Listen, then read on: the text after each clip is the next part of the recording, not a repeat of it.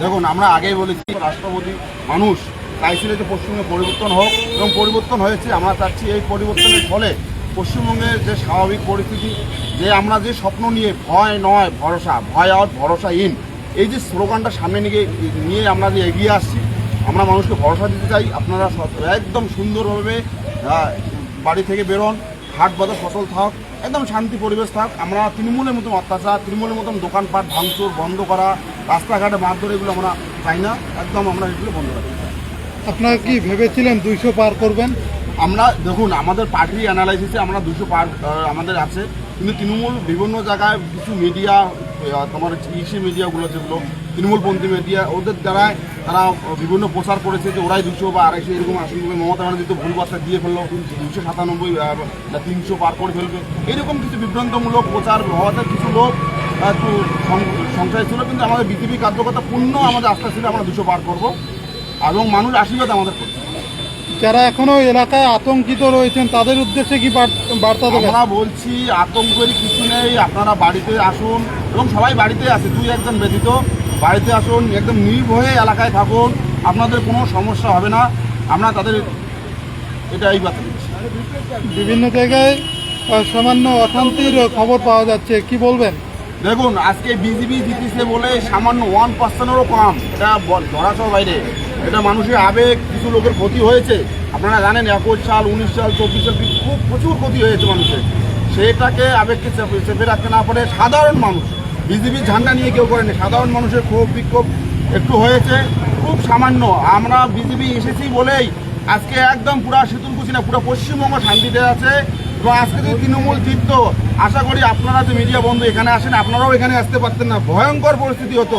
21 সালে শীতলকুচি বিধানসভায় কয়েক হাজার বাড়ি লুট হয়েছে, কয়েক হাজার দোকান ভাঙচুর হয়েছে। আজকে আপনারা দেখাতে পারবেন কোনো বাড়িঘর লুট বা ভাঙচুর হয়েছে? কোনো কিচ্ছু নেই। আমরা একদম শান্তিতে রাখছি। দাদা, এই যে আপনাদের বিপুল জয়, কি বলবেন? আমরা সাধারণ জনগণ, বিজেপি কর্মীরা, বিজেপি নেতৃত্ব এবং সর্বস্তরের মানুষ আমাদেরকে বিপুল ভোটে ভোট দিয়ে জয়যুক্ত করেছে এবং আমরা চাচ্ছি সমস্ত স্তরের মানুষ, দল মত ধর্ম নির্বিশেষে এই আনন্দকে উপভোগ করুন।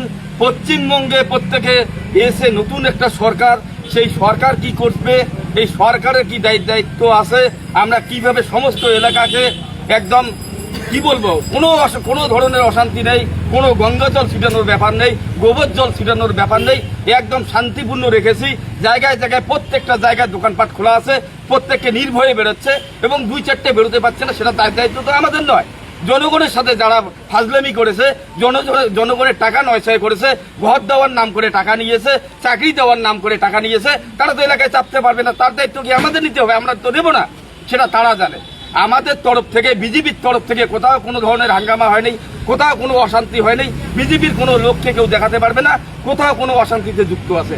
আমরা চাচ্ছি প্রত্যেকে বাড়িতে আসুক, কোনো তৃণমূলের নেতা বাড়ি ছাড়া থাকবে না, বাড়িতে আসুক। যাদের যাদের ব্যবসা আছে, দোকান আছে, দোকান খুলুক, নিজ নিজ কাজকর্ম চালাক এবং আমরা সবাই খুব সুশৃঙ্খলভাবে এই আনন্দ উদযাপন করব, সবাই একসাথে চলবো, এটাই আমাদের নীতি।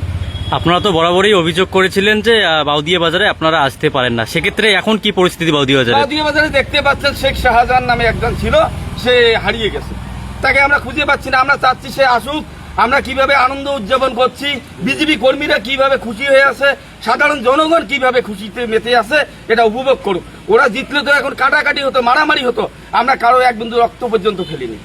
দাদা, আপনার নাম? সন্তোষ বর্মন। কোন দায়িত্বে? আমি কোনো ধরনের দায়িত্বে নেই।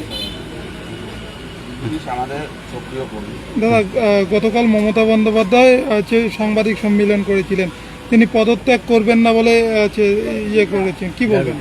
শুনুন, সাধারণ মানুষ ফেসবুক পোস্ট করে না, উনি গৃহত্যাগ করবেন তো পদত্যাগ করুন না। ওনার এত লোভ ক্ষমতার, সাধারণ মানুষের জনগণের রায় উনি মেনে নিতে পারছেন না। এইরকম নির্লজ্জ বেহারা মহিলা ভারতবর্ষে না, পৃথিবীতে কোথাও নেই।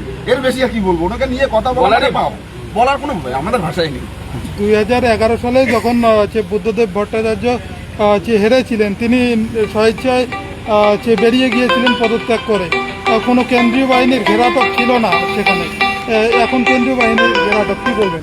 দেখুন, 2011 সালের পরিস্থিতিতে মানুষ চেয়েছিল যে বামফ্রন্টের যে সন্ত্রাস তার উপেক্ষা করে একটা নতুন সরকার আসুক এবং তখনকার দিনের কমরেড যারা ছিল তারা মেনে নিয়েছিল যে তাদের হার হয়েছে, সেই কারণে বুদ্ধদেব ভট্টাচার্য উনি পদত্যাগ করেছেন স্বইচ্ছা। এবং স্বইচ্ছা নয়, মানুষ তাদেরকে তাড়িয়ে দিয়েছে, ওরা পদত্যাগ করেছে, এটা স্বাভাবিক নিয়ম। কিন্তু মমতা ব্যানার্জি কোনো আইন কানুন মানে না, সেটা তার একটা প্রমাণ।